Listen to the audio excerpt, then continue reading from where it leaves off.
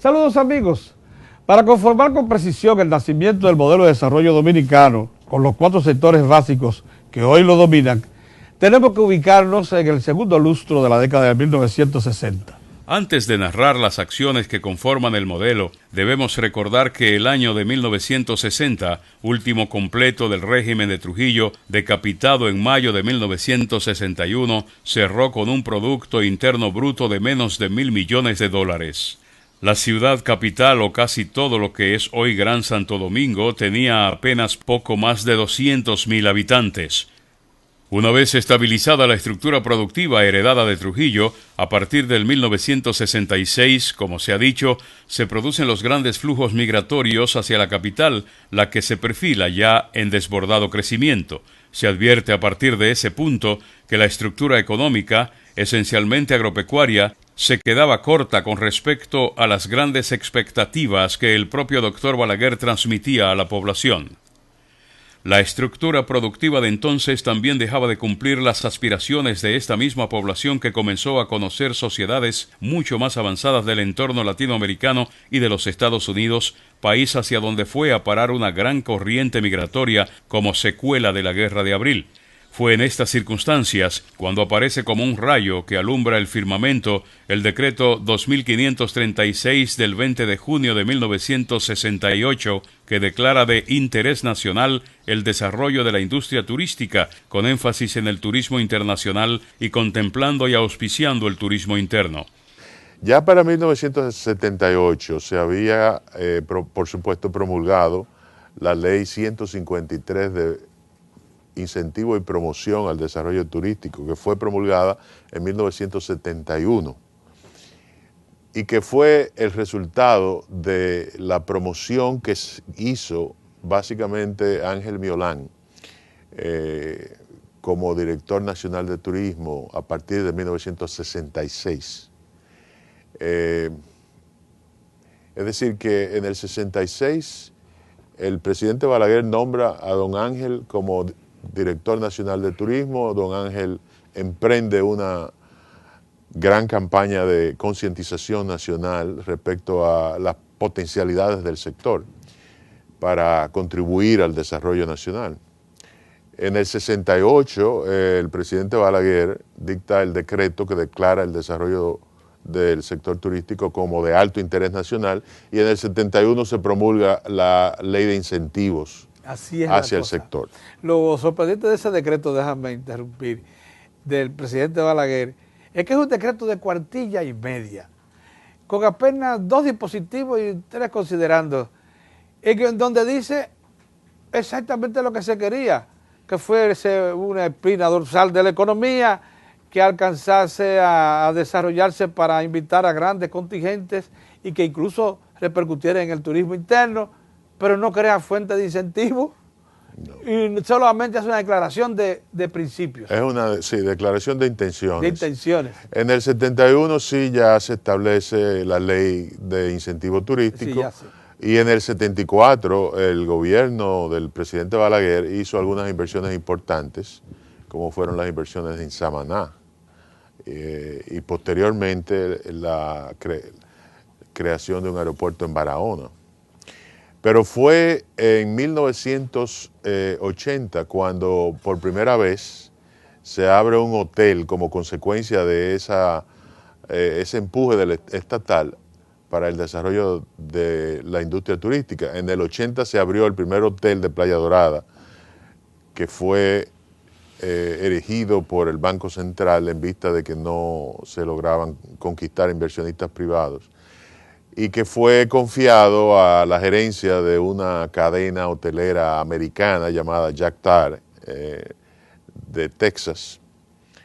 Y luego en el 85 se abrió el primer hotel en Bávaro, que fue el Bávaro Beach de la cadena Barceló. En el 91 se abrió el Club Med y en el 94 el Punta Cana Resort del grupo Punta Cana. Es decir que esos han sido los hitos más destacados de la carrera de desarrollo turístico que emprendió República Dominicana. El decreto 2436 es una declaración de intención, como bien dice Juan Yadó, sin incentivo alguno incluido para viabilizar el nuevo sector que se anunciaba, pero que indica el camino y marcará al país para siempre. Mas luego se le adiciona una manufactura más extendida y con vocación de suplantación de importaciones similares. La Ley 299 de sustitución de importaciones también surgió en este segundo lustro de la década de los 60. ¿Cuándo inicia este desarrollo industrial dominicano según los registros de Carlos del Pradel? Mira, lo primero que hay que entender, Pedro, es que la industria es sinónimo de desarrollo y crecimiento. A las naciones desarrolladas se le llaman naciones industrializadas. No por casualidad. No por casualidad. Y nosotros entramos un poco tarde. Y realmente comenzó el gran esfuerzo después de la muerte de Trujillo. Las cosas no suceden por coincidencia. Y eso es un mensaje que yo quiero dar aquí en tu programa y tratarlo con amplitud. Si tú quieres desarrollar un sector, el Estado tiene que empeñarse y el sector privado tiene que empeñarse en el desarrollo de ese sector. Y fue lo que sucedió en el caso del sector industrial. Lo primero que se hizo en el Consejo de Estado fue crear el Ministerio de Industria y Comercio, que antes se llamaba Trabajo, Comercio, yo no recuerdo cuántas cosas. En el 62. Pero en el 62 también se crea la Corporación de Fomento Industrial, que si bien su función era administrar las industrias que eran de Trujillo, jugó un papel fundamental. Tuvo un magnífico staff al principio de su gestión. Pero también se creó en el 62 la Asociación de Industria, que en aquel momento y por mucho tiempo fue el eje fundamental del sector privado dominicano. Lo que los industriales decían era lo que se hacía y era el sector más influyente de la sociedad. Entonces, la creación de Fomento, la creación de la Asociación de Industria fue el inicio. ¿Qué hicieron los industriales? Nosotros necesitamos incentivos porque si no es imposible desarrollar la industria. Y en el gobierno del triunvirato se promulgó la famosa ley número 4 de incentivo industrial, que sirvió para el desarrollo industrial, pero lamentablemente fue utilizada también con fines políticos, porque la ley se fundamentaba en la importación libre de materia prima, pero fue utilizada también para comedores económicos, se importaban libre muchísimas cosas, y se fue deteriorando el propósito de la ley. Aquí hay un recuento de la política industrial en sus distintas etapas, que sería bueno seguir. Sigamos. Entonces,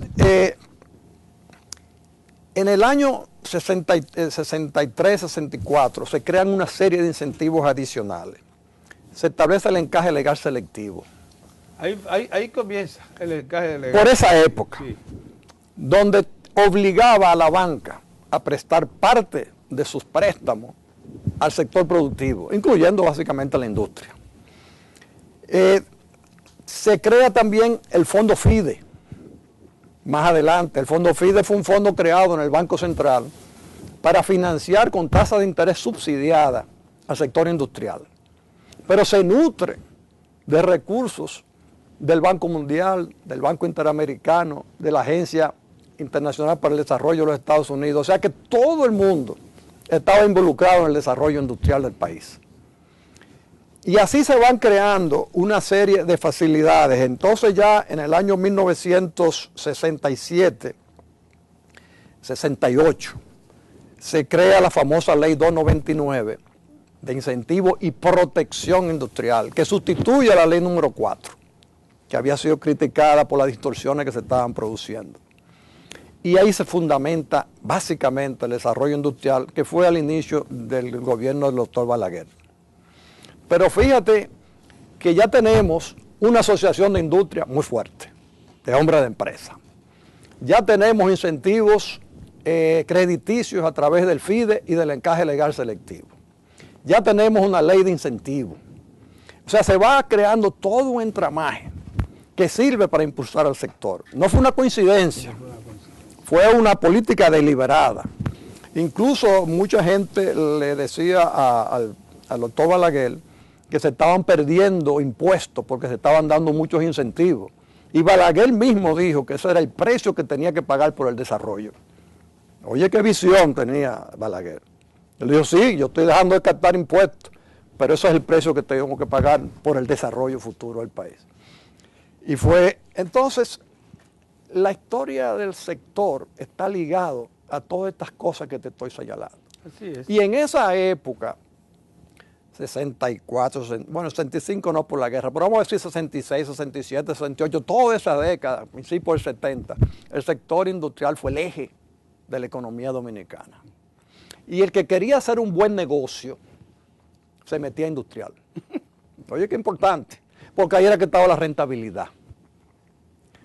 O sea, el empresario, buscando su rentabilidad, se dedicaba a actividades productivas de creación de empleo. Pero no solamente, Pedro, de creación de empleo, sino de ir metiendo en la cabeza del obrero la disciplina, el horario. Porque antes el dominicano vivía de la agricultura, no tenía horario. Se levantaba temprano, pero no tenía que cumplir un horario. No tenía, que había un concepto de jerarquía que no sea el familiar. O sea, el desarrollo industrial ayudó muchísimo a cambiar la mentalidad del pueblo dominicano.